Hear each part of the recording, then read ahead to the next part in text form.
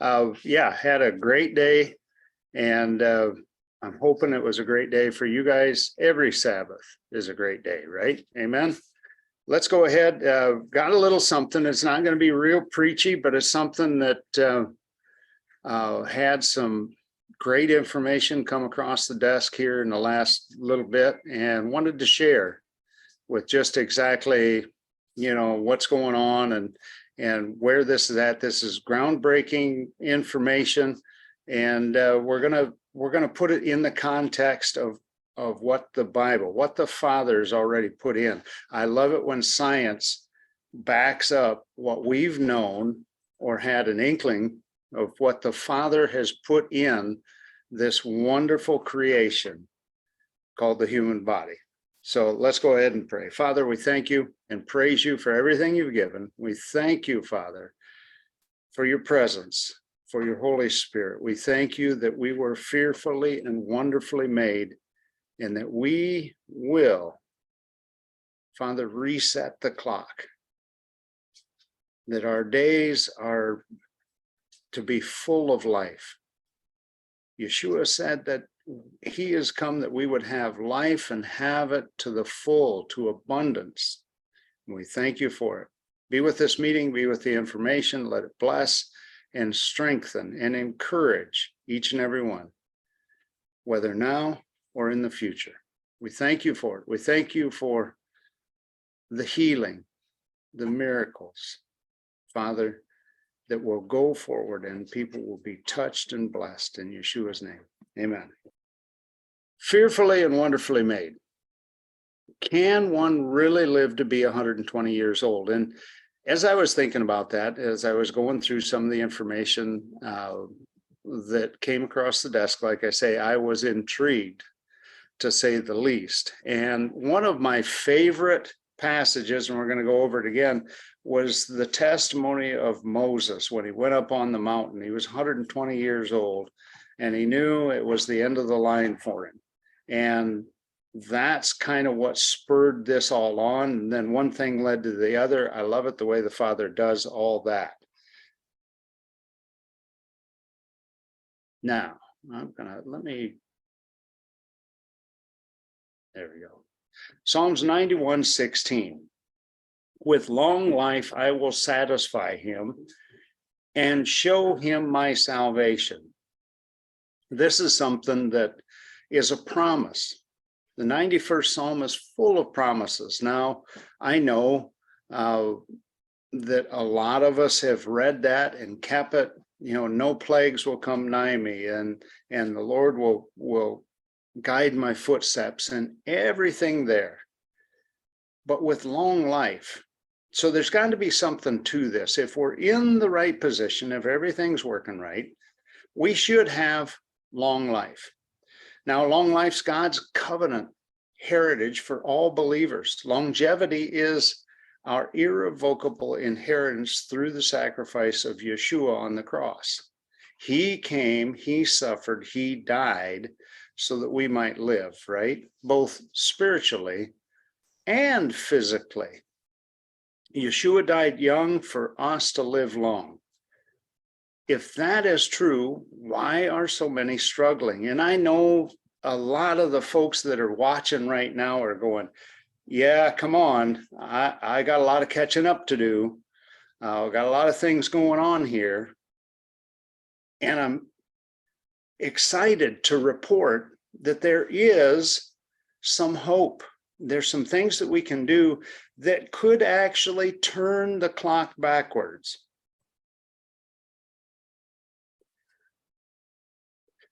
Yeshua died young for us to live long. Galatians 3:10, for as many as are from the works of legalism, they are under a curse, for it has been written that cursed is everyone who does not abide in all the things which have been written in the scroll of the Torah, the teaching, to do them.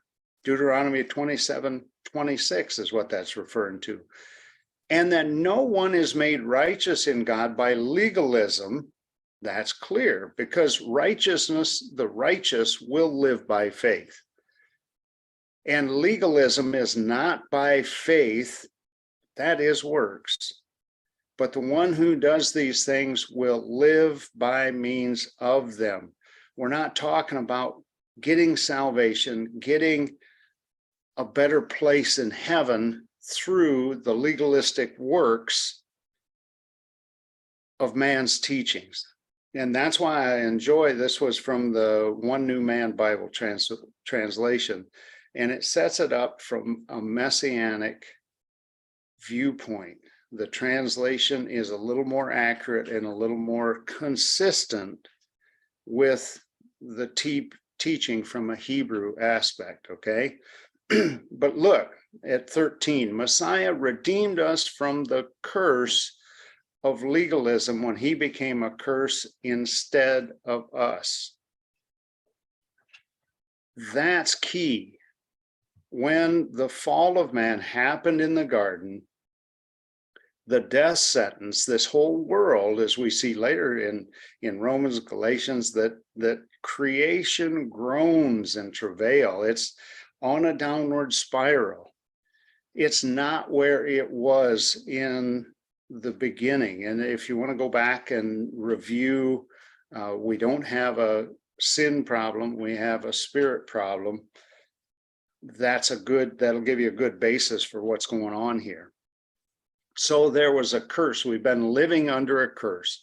We know that the magnetic field is less now than it was 6,000 years ago. We know that the oxygen level is depleted. We know that there are a lot of environmental stressors, pollution and different things that are going on that have actually all combined to stress our lives, stress our bodies, and lifespan is much less. We've got a lot more population. So now diseases, whether you want to believe that they've been manufactured or released or naturally occurring, diseases will come up. And as you get more and more, I mean, we see it in the wild. When the deer population rises to a certain threshold, they get more of them interacting with each other, and disease like bovine tuberculosis and chronic wasting disease and things like that will go through the herd. It's just a part of life in this world. And then things settle down, the numbers come back down, and it all levels out. We don't have that with humans because we intervene a little bit more and we stop some of that. So what's going on? How many years will man live according to the Bible? When mankind had become corrupted in the period preceding the flood, God said, "My spirit shall not abide in man forever, for he is flesh. His days shall be 120 years.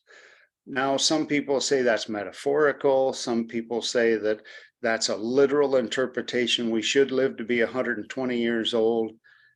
When sin entered a holy space, a separation followed. That we know. When in the garden, Adam and Eve were found to have transgressed the command, one command, and they blew it. Now we're cut off from the life force that made us in our flesh, immortal. In that day you sin, you will die, is what the Father said. Now he was saying that sin was spiritual, but it was also in the flesh. It was physical. Not that they perished that day, but they would in fact perish. They did not possess immortality, and that's why the tree of life was moved out of touch, out of reach, and in fact the entire garden was moved out of the way so that man could not touch and live forever in his fallen state. And that's when the plan of redemption was all started. The catalyst was in place, and at the time that the Father chose, Yeshua came in. What did he do? He reversed the curse of the law so that we would not have to die spiritually. We could make that connection again. We could come back into and draw from the life force that the Father has given us. Very important to understand. Isaiah 65, there will no longer be there an infant of days, nor an old man who has not filled his days. So we could live to be 120. There are people right now, a few, not many, that are well over 100 years old. Some, I saw a couple of people watching some interviews that are 120 years old and still look pretty good. Now, granted, we're not living as long as some of the patriarchs. Methuselah was what, 965 years old?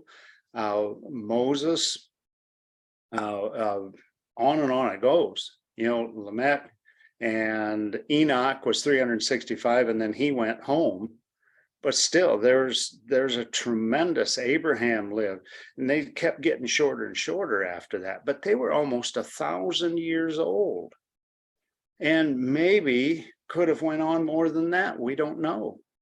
Had they been in the garden, they would have been immortal. God built this body to be immortal. So what happened? The curse came in. The curse caused the death, and it's a slow, agonizing, painful in some cases. But does it have to be that way? That's the question for those of us that can tap into the source of power. Now, in 22b here, Isaiah 65, for as the days of a tree are the days of my people, my elect will long enjoy the work of their hands. They will not labor in vain, nor will they bring forth trouble, for they are the seed of the blessed of the Lord, and their offspring with them. And it will be that before they call, I shall answer. And while they are yet speaking, I shall hear. I love that. And that got me thinking, this next slide is pretty interesting. What the days of a tree, right? Here's an example. This is a sequoia out in California. It's called the grizzly giant sequoia.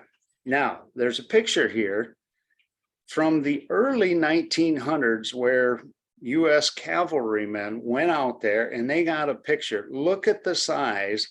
What are there? 20 horses and men standing in that picture, and that tree is towering. Do you know that tree today is still there?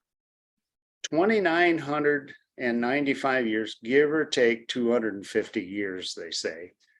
That tree has been around.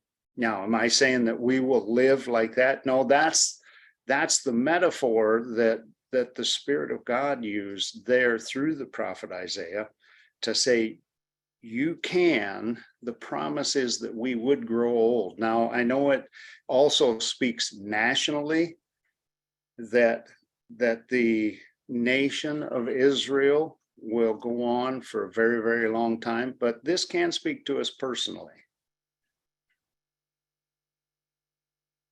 And one of my favorites, this is the one that I have spoken even before I got into Ephraim and come back to the covenant, come back to a Torah-based lifestyle. Deuteronomy 34:7, although Moses was 120 years old when he died. Now remember, 120 years old, he climbed the mountain to go up to see God, right? His eyesight was not dim, nor his natural strength abated. He did not lose his strength. He didn't lose his eyesight. He still had his sex appeal, you might say. And God took him home. He could have and would have lived much longer. But again, a type and a shadow. What happened? Sin got in the way. It was time for them to enter the promised land. And because of a transgression, he could not go in, so God brought him on home. Now, could he have went on? I really believe he could have. And isn't that what we should do? And I've spoke that and spoke that. Eyesight will not be dimmed, nor my natural strength abated. And I think back, I think of people like my dear mom. She'll be 80 years old in March. She's still going out. The other day, I got a phone call. I'm on the phone. I brought home, there's like 20 bags of feed. Now, these are 50-pound sacks of feed, right? And she's no bigger in a minute. I turn around, I get off the phone call, the truck's unloaded. She grabbed all those bags and took them in the barn, 50 pounds. They weigh half what she does almost. And she's still out there going at it. That's full life. I think of our dear prophet Steve. Just had a birthday, happy birthday. And he is still out running the crew, still out pushing, still out getting in and being active. And that's awesome. But there's so much more that we can all do, and we can push on. I say right now, as I'm looking at my 60th birthday coming up, that I'm only halfway. My next 60 years is going to be so much better than my first 60, I guess you could say. Amen. Now, disclaimer alert. And I know some of you are going, yeah. I had somebody do it when I made a little post on social media about this very topic. And how do we know? Well, how do we know Moses was actually that? Well, you got to believe Scripture's truth, right? There's a bunch of examples where it looks like young folk died and people got old and their quality of life was diminished. I'm not negating that we live in a fallen world. We live in a world where, you know what? Life happens. Death happens. I'm sorry. I wish we could just run funeral homes out of business, right? But the fact is, we're here and now. We've got to accept it. We got to know that our loved ones, we will be reunited with them again in the millennial kingdom, and we will live forever with them. This is not a final farewell, but this is, I'll see you in a little while type of thing. And that's the way that I guess I process it. And I go, okay, we're separated for now, but we will be back together. And that helps dull the hurt. Maybe for some of you going through, and I know some of you are going through things right now. Know that you will be reunited. You will see each other again. Now today, with all of our advances in medicine, people are living longer, although the quality of life could be put in question. We're masking symptoms. We're not really healing in a lot of cases. Take chemotherapy or radiation. Yeah, we're stopping the cancer, but we're also damaging other systems along the way. It's kind of a cure them or kill them kind of technique. Is that the best technique? Well, sometimes not. What can be done to spark the regenerative powers that seem to go dormant? They are latent, they are laying there. And when we're young, we have that regen. We have the power to regenerate. But over time, we lose it. So something internally has to have tailed off. What we need to do is figure out where and what we can do to increase that, get it back, and then maintain as it goes on. Am I saying that this can be done for everybody? Yes and no. Everybody has the potential inside. God created and put it in us. We are fearfully and wonderfully made. But no, not everybody, unfortunately, will be able to tap into the power that's there. Some, I'm sorry, it's just went a little bit too far. You've got too much of an uphill struggle. Some that will grab a hold of it and are in the right position can turn that back, but it's going to take discipline. It's going to take lifestyle changes. It's going to take doing some things that you're not used to. And just like prayer, we can never truly know why and when it works or it doesn't. But does that mean we shouldn't pray for anybody? Or should we, every time someone says, please pray, we go in faith, believing that our prayers are going to change the circumstance? And if it doesn't, does that reflect badly on us? No, that's up to God. We can't play God. All we can be is an agent for change, and whatever happens, happens. Would it be bad to pray for 10 people and only one person out of 10 gets a miracle? If we use that as a litmus test, then many of us would quit praying. Well, it's not a high enough return on investment. But to that one person that God connected with, it's priceless. Our goal should be to live, die. Thus the picture, right? We should be running down 90 mile an hour, hair in the wind, and off into it. That's what Moses did, right? He was 120 years old. He climbed the mountain, said, okay, God, let's go home. And God swooped down, picked him up, and he went home. Our bodies are not made for modern life. And this is where we start to get into most of the problems and difficulties that we're having. We're actually, by living the lifestyle that we do right now, we are damaging our body's ability to repair and restore through the processes that are latent within us. So, let me move this up.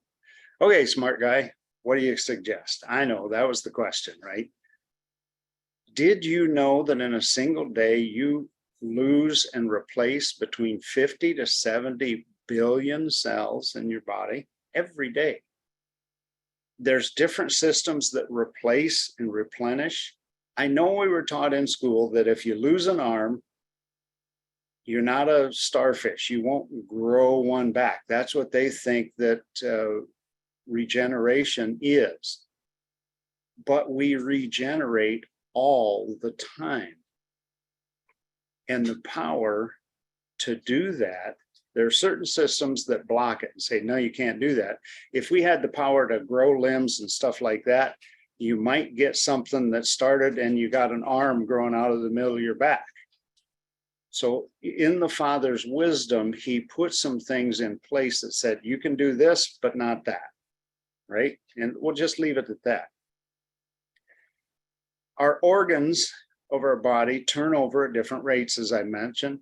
Muscle, the gut will turn over many times a week, and you'll have a whole new gut lining through your intestines, your stomach, and that lining is a huge factor in your defense system, because everything you put in your mouth is a foreign object. And if it's not working, if that microbiome, and that's a big word now, microbiome, which is all the gut bacteria and all the everything else that's in there, if that's not performing properly, you will throw your immune system off. You're going to throw your stem cell system off, your vascular system, heart rate, metabolism's going to tank. Lungs, you've got the muscles repair every few weeks. Skin and hair grow, you cut your hair and it grows back. That's regeneration, right? The skin cells are in the front line of defense because they are the barrier between our environment and our internal operations. When we're young, every 14 days, whole new skin. And then it goes up. When you get older, it could take 84 days where you're only getting new skin replenished a couple times a year. That's the problem. That's where our skin starts to break down, our line of defense. And you know you're really having trouble with skin, with stem cells, when you get a cut and it doesn't heal. It's an open wound. That's a huge signal that your stem cells are pretty well shot. What can we do? We generate every day skin and its powers, you heal, right?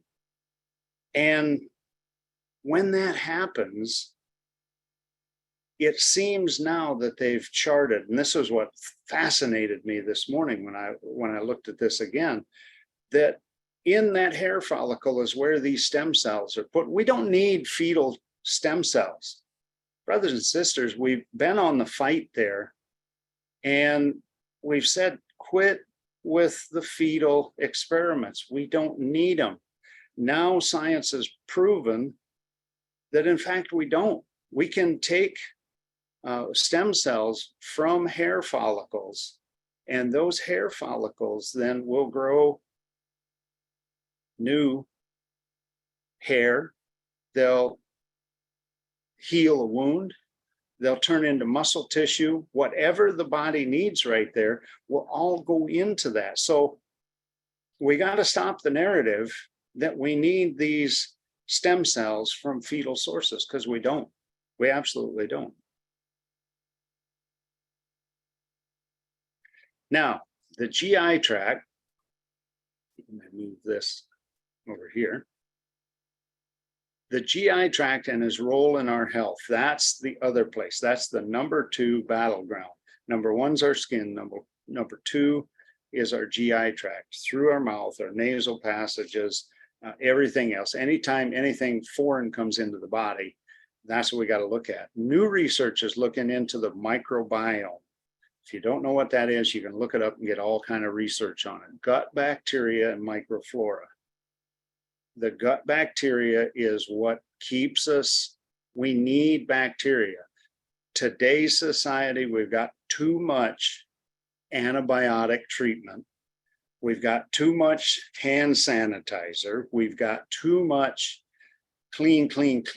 And now all of a sudden, we don't have a system that is able to defend against these different pathogens that are coming in. And in many times we don't hit them hard enough and stay on. And I mean, I've done it. Take the antibiotic once a day for 2 weeks. We get in 3-4 days, we feel better, we forget to take it. We're done. The problem is that was enough to get you over the hump. But now whatever was left can build up a resistance. And the next time it's going to take more. And that's where we're getting into the problem with the hospitals and all the different super bugs that they can't control. A healthy gut, second line of defense, I've said that, it affects our immune system, vascular system, and that's a key point. The vascular system is what actually, the lymphatic system is what helps trigger the response in these stem cells. Energy metabolism, so much more. Food and lifestyle affect the signaling process. Yes, we have signaling molecules that our body produces that will help regulate hormonal balances, help regulate protein synthesis, which protein is the signal. It goes out to the stem cells and said, today I need you to heal this wound. So we need some muscle tissue, we need some new skin tissue, we need to bind this together. And those skin cells, through the blueprint of the protein, go to work. Practical baby steps. So here we go. What can we do? Mindset, number one is mindset. If you believe that my mom had it, I see so many gals. I hear a story, this one gal went in and had a breast removal because her grandma had it, her mom had it, and she wasn't going to take a chance. So boom. Like, wait a minute. She was convinced that she was going to get breast cancer. Tragic, really, because it didn't have to be that way. But the mind will manifest. See what I said there? Your cells are listening. Every cell in your body is listening to the words that come out of your mouth. Life and death truly are in the power of the tongue. Be connected to your creator. This could be number one. Number two, if you've got the right mindset, you're going to be connected to the creator. If you're connected to the creator, you're really going to have a better mindset. So it's kind of 1 and 2. He is the source, and he has given this. He can tell you, if you're asking, Father, I really need to know what direction to go here. How should I go? What should I do? And programs like this will come up on your radar, and you will go, okay, maybe I need to quit doing this and I need to start doing that. And it works. Diet. You've got to pay attention to your diet more than ever, because we've got all these ultra high processed foods. We've got too much sugar. We've got too much carbohydrate, and it's out of balance. Am I saying all carbohydrates are bad? No, heavens no. I still enjoy a potato. I enjoy a little dab of rice here and there. But you got to understand what happens when you take those in. They turn to sugar, and then your blood glucose is all out of whack. And if your blood has too much sugar, too much glucose, that is a major red light to some stem cell production.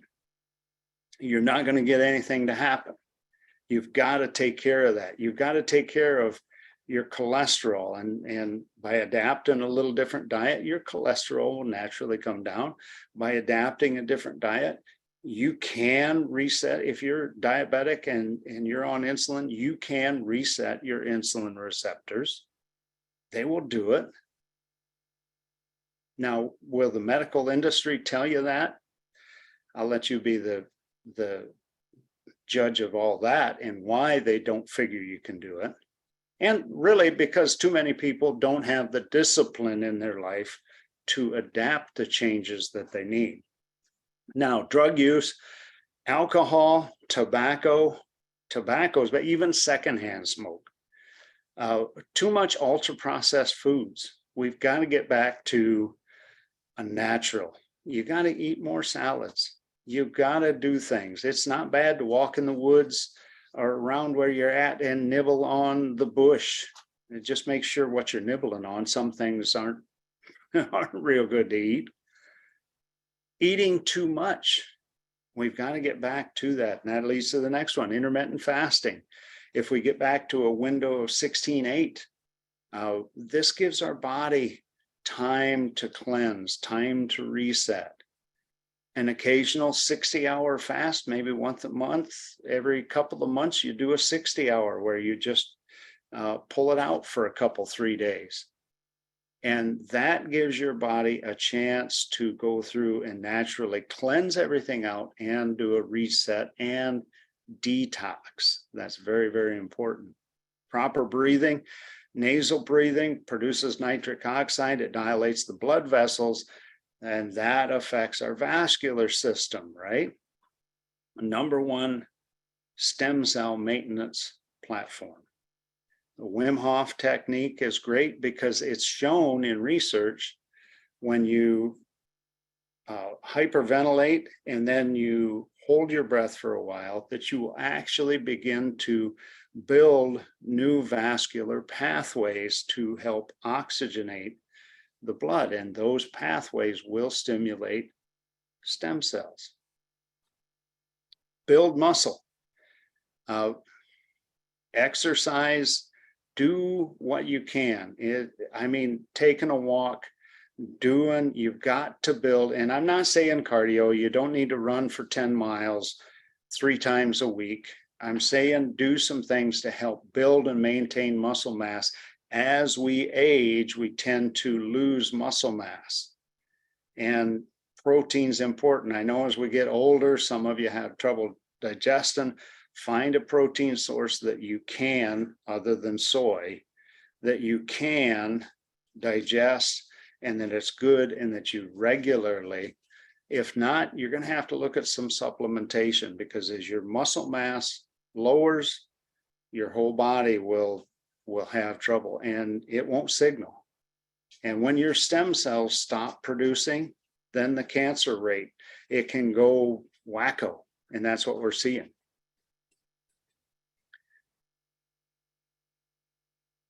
Where did my cursor go? Other things we can do: stay away from seed oils, vegetable oil, corn oil, sunflower, canola blends. They can all kill the microbiome, and really they're plastic. I've got anybody that's interested, I've got a YouTube video that I've saved that really says it all. It's just no good. Use coconut oil, use a good grade of avocado oil, olive oils, things like that are real good. More water. You got to have good clean water, not city water, because the chlorine and fluorine in that will kill your gut biome. That goes for mouthwash and toothpaste as well. Yeah, I know you're getting rid of bacteria on your teeth. Problem is you're killing all the good bacteria in the rest of your mouth. Smoking, even secondhand smoke, will alter stem cell signaling processes. You gotta get that out of your life. Promote the production of R-beta hydroxybutyrate. We get this from the liver, naturally occurring, or you can supplement it. It's a signaling molecule that works at the cellular level. That's going to take care of, it's going to support the gut microbiome. It's going to support healthy brain function and hormonal balance. It is a wonderful molecule, but you're only going to get it through some fasting, and autophagy comes into it. Then you've heard me talk about that before. Autophagy gets in there and is the Pac-Man. All these dead cells, we said 50 to 70 billion cells a day, that gets in and cleans all that up. You want a clean environment. Good sleep. Can't stress it enough. You've got to get some good sleep. Eat clean, live foods. We're on the kosher diet. You know, I say that loosely. What Father God said that we should eat is what we eat, okay? And we've got to eat clean. We've got to eat a little less in many cases. But if you can do salads and fruits and vegetables that are all different colors. I knew I worked with a guy that he wanted white turkey breast and white sandwich with just mayo. And that was the only way he ate a sandwich. It was just, there was no nutrient. The color brings out different phytochemicals and phytonutrients that help support stem cell and overall health. Remember the guy that was searching for the fountain of youth? Yeah, this guy, Cortez, right? He was looking for the fountain of youth. What if the fountain of youth is actually within us? And I'm here to tell you, I believe that truly it is. Now, I want to thank, credits due, right? Where credits due. UCal, believe it or not, University of California put this research out. And Dr. Cohen Dr. Ken Ford, Wim Hof, and a host of others that have been here that are breaking ground on this cutting edge. And it's just absolutely validating what we know in the Bible. And that's what I love about it. I love it when science finally meets up with what we've known in the Bible. Now, we didn't talk about frequencies, how the solfeggio will affect different systems. And I know that's all part of it. When you look at that, Tesla does a lot of work on the 369. You get the 528 hertz, which is supposed to be the love that's right there in the middle of the solfeggio scale. All of those grounding. We know that 7.83 is the earth ohms. That's the Schumann, not like the Indian witch doctor thing, but the Schumann resonance frequency. The earth, we're tied to it, right? All of these things come into play that if we balance everything with this, we can, I believe, live to be 120 years old, our eyesight not dim, nor our strength abated. Amen. Let's go to prayer. Father God, I thank you. I thank you for your word, because your word has come and healed us. Father, we thank you. I can feel, Father God, the anointing building up. And Father, right now, I push that out. I send that out to every person that will grab a hold of it, that will pay attention, that will do the research, that will adopt what they need to change in their lives. Father, we got a lot of work to do for your kingdom. We still have time before your millennial kingdom, where we walk into a renewed body. Until then, Father, strengthen us, bless us, give us the wisdom and the strength, mentally and physically, to do what we need to do. Show us where we need to change. Father God, right now, bless each and every one that hears this and gives heed to the word. I thank you, Father, for this opportunity. I thank you for more and more and more evidence of the miraculous power that you have put inside each and every one of your children. Thank you, Father. Bless and be with. In Yeshua's name. All right, brothers and sisters, shalom. Let no good thing be withheld from you. Until next week, bye now.